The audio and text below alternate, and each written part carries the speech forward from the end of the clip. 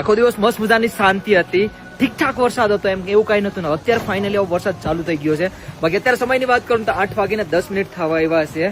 અને છે ને આપણે એક ગુજરાતી ફેમિલી આવી છે જે મંદિર થી અહીંયા જમવા આવ્યા છે 1.5 કિલોમીટર નીચે. જય શ્રી કેદાર. સ્પેશિયલ મંદિરેથી જમવા આવ્યા છે. કેવું જમવાનું લાગ્યું? આ લોકો સ્પેશિયલ ખીચડી ખાવા આવ્યા હતા. બોલો. હાય બેટા, કેમ છે? મજામાં? અરે શું નામ છે બેટા? નમન.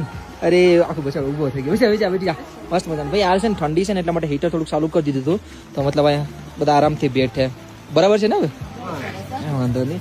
બાકી ભાઈ અત્યારે છે ને સવારે કઈ હરખી અપડેટ નથી. બાકી આજે એટલા બધા આપણા ગુજરાતી ફેમિલીનો પ્યાર મળ્યો હતો ને વાત ના પૂછો. અને અત્યારે હું મંદિરે જતો હતો.